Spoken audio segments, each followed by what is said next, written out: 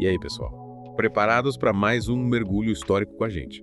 Hoje a gente vai se aventurar pela jornada épica do povo bíblico, desde as origens, como nômades, até a Era Romana. É isso aí, uma saga de séculos. Pois é, e a pilha de material que você mandou pra gente é gigante, mas pode achar que a gente vai destrinchar tudo. A ideia é a gente mergulhar de cabeça na história, entender essas figuras icônicas, tipo Abraão, Moisés, Davi. Entender como a cultura e a fé deles foram mudando ao longo do caminho. Isso. E olha, já adianto, tem cada detalhe fascinante. É, vai ser incrível. A gente vai ver a influência de impérios poderosos, a mistura de culturas, e até como a fé em Yahweh era interpretada de jeitos diferentes. Diversas perspectivas. Mas antes da gente viajar no tempo, me fala uma coisa. Pode falar. Os nossos materiais mencionam que tudo começa lá na antiga cidade de Ur, na Mesopotâmia. Que lugar era esse? Como era a vida por lá? A Mesopotâmia era tipo um caldeirão de civilizações, sabe? E Ur era uma das cidades mais importantes. Imagina só. Ziggurats enormes, templos dedicados a divindades como Nana, o deus da lua, e uma sociedade super complexa, com reis, sacerdotes, escribas. Ur é uma metrópole vibrante, com mercados lotados, artesanato de primeira linha e um sistema de escrita cuneiforme que já era avançado para a época. Caramba! Essa imagem de Ur não combina muito com a ideia que a gente tem dos patriarcas bíblicos como pastores nômades, né? Pois é. Tipo Abraão, Isaac. É aí que a história começa a ficar interessante. Por volta de 2000 AC, a região passou por uma baita reviravolta, viu? O que aconteceu? Impérios desabaram e grupos nômades, como os amorreus, começaram a migrar em busca de uma vida melhor. Nesse cenário de instabilidade, a família de Terá, pai de Abraão, decide deixar Ur e partir para o norte. Parece que a história bíblica se desenrola num contexto muito mais amplo e dinâmico do que a gente costuma imaginar. Exatamente. Que contexto era esse? Enquanto Abraão e sua família começavam sua jornada, grandes impérios, como o Egito, estavam em ascensão, controlando rotas comerciais importantes e expandindo sua influência. Entendi. Canaã, a terra prometida a Abraão, era uma região estratégica localizada entre o Egito e a Mesopotâmia. Certo. E era disputada por vários povos. Nossa. Imagina um mosaico de cidades-estado cananeias, cada uma com seus próprios deuses e costumes, além da presença de grupos nômades, como os próprios patriarcas. Falando nesses pais migrantes, como o material chama, Sim. a religião deles já era como a que a gente conhece hoje? Boa pergunta. Eles já adoravam Yahweh da mesma forma. Pelo que podemos entender, a religião dos patriarcas era bem diferente daquela que seria estabelecida mais tarde. Eles cultuavam um deus chamado El Emano, como outros povos semitas, e erguiam altares em diversos lugares, como Betel e Berseba. Interessante. A crença em um único deus, o monoteísmo, parece ter se desenvolvido aos poucos, ao longo da história do povo bíblico. Você quer dizer que a fé em Yahweh passou por um processo de mistura cultural, incorporando elementos de outras religiões e se adaptando aos diferentes contextos. É uma ótima observação. Essa hibridização cultural é uma constante na jornada do povo bíblico. Que é um exemplo. A circuncisão. Um ritual que os distinguia, mas que também era praticado pelos egípcios. Ou a própria narrativa do Êxodo, que mostra a influência da mitologia egípcia na descrição das pragas e da travessia do Mar Vermelho. A identidade do povo bíblico foi moldada por essa interação com outras culturas. E falando Êxodo, vamos avançar um pouco na linha do tempo. O material menciona que não existe uma data exata para esse evento, mas que ele marca um ponto crucial na história do povo bíblico. Por quê? O Êxodo representa a libertação da escravidão no Egito e o nascimento de Israel como um povo unido sob a liderança de Moisés. É um marco fundamental para a identidade e a fé judaica. Sim. A partir desse momento, Yahweh se torna o Deus libertador, aquele que ouviu o clamor do seu povo e agiu para salvá-lo. Mas se a gente não tem datas precisas, como saber se o êxodo realmente aconteceu? Nossos materiais mencionam que faltam evidências arqueológicas. Essa é uma questão complexa que divide historiadores e arqueólogos. A falta de evidências arqueológicas conclusivas que comprovem a narrativa bíblica do Êxodo leva alguns estudiosos a questionarem a historicidade do evento. Outros argumentam que a ausência de provas materiais não invalida a narrativa. Certo. Já que nem tudo o que aconteceu no passado deixa vestígios físicos. É verdade, faz sentido. Afinal, a Bíblia não é um livro de história no sentido moderno da palavra, né? Exatamente. Ela tem um propósito teológico de transmitir uma mensagem. Isso. Sobre a relação de Deus com a humanidade. Mas mesmo que a gente não tenha todas as respostas, a narrativa do Êxodo é fundamental. Sim. Para entendermos a fé e a identidade do povo bíblico. É a partir dessa experiência que a lei é dada a Moisés no Monte Sinai, estabelecendo as bases da aliança entre Yahweh e seu povo. E que tipo de leis eram essas? O material fala sobre a singularidade da lei mosaica, comparada com os códigos legais de outros povos da época. A lei mosaica era mais do que um conjunto de regras, sabe? Claro. Ela expressava a vontade de Yahweh por seu povo, abrangendo aspectos religiosos, sociais e éticos, diferentemente dos códigos legais de outras nações, que se preocupavam principalmente com a ordem social. Certo. E a punição de crimes da lei mosaica enfatizava a justiça, a compaixão e o cuidado com os mais vulneráveis, como viúvas, órfãos e estrangeiros. Parece que essa ênfase na justiça social era algo bem revolucionário para a época, né? Sem dúvida. É. A lei mosaica promovia um ideal de sociedade justa e igualitária, onde a riqueza era distribuída de forma mais equitativa e a exploração dos pobres era condenada. Sei. Veja, por exemplo, as leis sobre o ano sabático e o jubileu, que previam a redistribuição de terras e a libertação de escravos. E como essa lei impactou a vida do povo bíblico após a saída do Egito? A lei moldou a identidade e a organização social dos israelitas durante sua jornada pelo deserto e a posterior conquista de Canaã. Ela estabeleceu um sistema de culto, com sacerdotes, sacrifícios e festas religiosas, além de normas para a vida cotidiana, como leis sobre casamento, herança e alimentação. Mas a gente sabe que a história do povo bíblico não foi só paz e amor, né? O material menciona conflitos internos, guerras contra outros povos e até mesmo adoração de outros deuses. Como entender essas contradições? É verdade. A história de Israel é marcada por altos e baixos. É? O período dos juízes, por exemplo, retrata um ciclo de apostasia, opressão, arrependimento e libertação. Os israelitas se desviavam dos mandamentos de Yahweh, sofriam nas mãos de povos inimigos, clamavam por ajuda e eram libertados por líderes carismáticos como Débora, Gideão e Sansão. Esses juízes, eles eram como reis. Não exatamente. Eles eram líderes militares e espirituais que surgiam em momentos de crise, inspirados por Yahweh para libertar o povo da opressão. Entendi. O material menciona que o período dos juízes foi um tempo de organização social mais descentralizada, sem um governo centralizado como a monarquia que viria a ser estabelecida posteriormente. Essa transição para a monarquia, como aconteceu?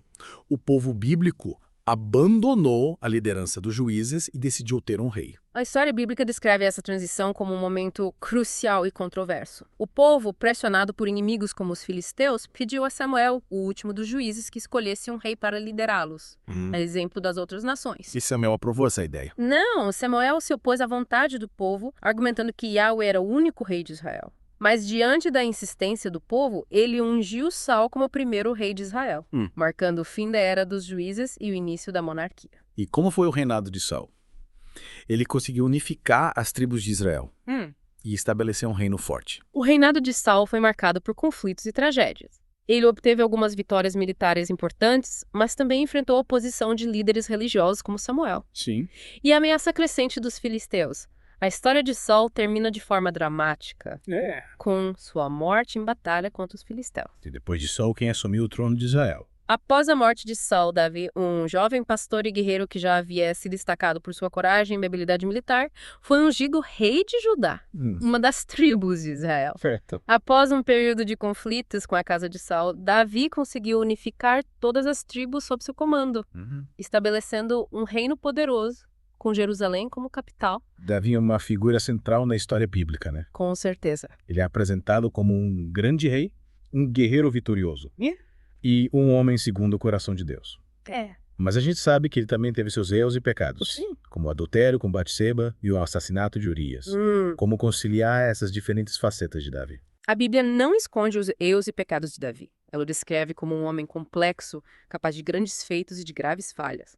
Mas apesar de suas fraquezas, Davi é lembrado como o rei ideal, aquele que estabeleceu um reino poderoso, expandiu as fronteiras de Israel e preparou o terreno para a construção do templo em Jerusalém. E a construção do templo ela foi realizada por Davi. Não, Davi planejou a construção do templo, mas coube a seu filho Salomão levar o projeto adiante. Salomão é retratado na Bíblia como um rei sábio e rico, que consolidou o reino de Israel e construiu um magnífico templo para abrigar a Arca da Aliança, símbolo da presença de Yahweh. O reinado de Salomão é considerado um período de paz e prosperidade, né? Sim. Mas o material menciona que ele também cometeu erros, que levaram à divisão do reino após sua morte. O que aconteceu? Apesar de sua sabedoria e riqueza, Salomão se afastou dos mandamentos de Yahweh, permitindo a adoração de deuses estrangeiros e impondo pesados tributos ao povo. Sua política de exploração e idolatria gerou descontentamento entre as tribos do norte, que se rebelaram após sua morte, dando origem a 2 reinos, Israel ao norte e Judá ao sul, que permaneceu fiel à dinastia de Davi. E essa divisão do reino, ela marcou o fim da Era de Ouro de Israel. A divisão do reino inaugurou um período de instabilidade política e religiosa. Os reinos de Israel e Judá se enfrentaram em diversas guerras, enfraquecendo-se mutuamente, e se tornando presas fáceis para os impérios vizinhos, como a Síria e a Babilônia. E o que aconteceu com os 2 reinos? Eles conseguiram sobreviver a essas ameaças externas? Infelizmente, não. O reino de Israel, o reino do norte, foi conquistado e destruído pelos assírios no século ETC, e sua população foi deportada para outras regiões do império. O reino de Judá, o reino do sul, conseguiu resistir por mais tempo, mas acabou sendo conquistado pelos babilônios no século 6 AC, marcando o início do exílio babilônico. O exílio babilônico foi um período traumático para o povo bíblico, né? Foi. Imagina a tristeza e a desolação de serem arrancados de sua terra natal e levados cativos para uma terra estrangeira. Com certeza. O exílio representou uma profunda crise de fé e identidade. Os profetas da época, como Jeremias e Ezequiel, interpretaram a queda de Jerusalém e o exílio como um castigo divino pelos pecados do povo, mas também anunciaram a esperança de um futuro retorno e restauração. E esse retorno aconteceu. O povo bíblico conseguiu voltar para sua terra natal. Sim, após décadas de exílio na Babilônia, o rei persa Ciro o Grande permitiu que os judeus retornassem para Jerusalém e reconstruíssem um templo. Essa volta marcou o início de um novo capítulo na história do povo bíblico. Um período de reconstrução e reorganização da vida religiosa e social. E como foi essa reorganização? O que mudou na vida do povo bíblico após o retorno do exílio? O período pós-exílico foi marcado pela centralidade da lei de Moisés e pelo surgimento de um novo tipo de liderança religiosa, os escribas. Eles se dedicavam a estudar, interpretar e ensinar a lei, tornando-se figuras importantes na vida da comunidade judaica. Parece que a lei se tornou ainda mais importante após a experiência do exílio, né? Sem dúvida. Ela servia como um guia para reconstruir a vida religiosa e social. Isso. Em uma nova realidade. Exatamente. A lei se tornou o centro da identidade judaica. E os escribas, guardiões e intérpretes da lei ganharam grande influência na vida da comunidade. Eles promoveram reformas religiosas, como a centralização do culto em Jerusalém e a proibição de casamentos mistos com outros povos. Sim, então o período pós-exílico foi um tempo de restauração e fortalecimento da fé judaica. Sim, mas também foi um período de desafios e conflitos. Os judeus que retornaram do exílio encontraram resistência por parte dos povos que haviam se estabelecido na região durante sua ausência. Além disso, a comunidade judaica se viu dividida por questões internas, como a interpretação da lei e a liderança religiosa. E essa fragmentação interna, ela enfraqueceu o povo bíblico. A fragmentação interna, combinada com a dominação estrangeira, tornou a vida dos judeus bastante difícil. Após um breve período de independência sob o domínio persa, a região passou a ser controlada por diferentes impérios, como o grego e o romano, impondo novas dificuldades e desafios para o povo bíblico. Parece que a jornada do povo bíblico foi uma verdadeira montanha-russa, né? Com momentos de glória e prosperidade, mas também de sofrimento e opressão. E como essa história termina?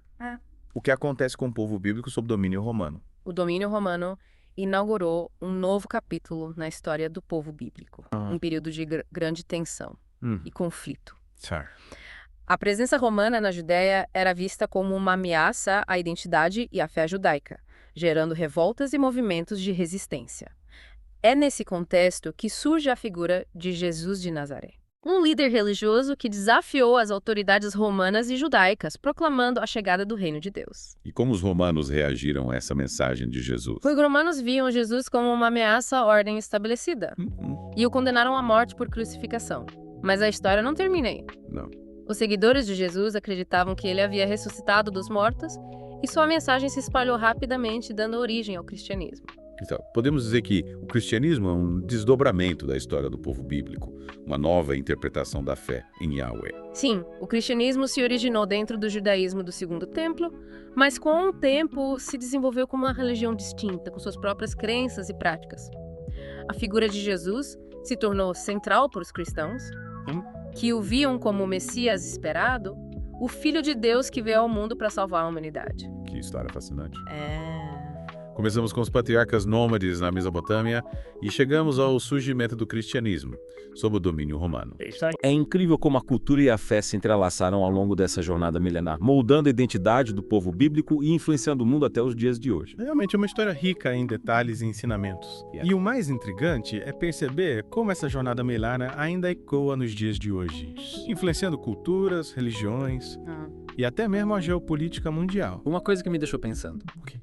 Se a identidade do povo bíblico foi tão fluida e adaptável, como a gente pode definir quem eles realmente eram?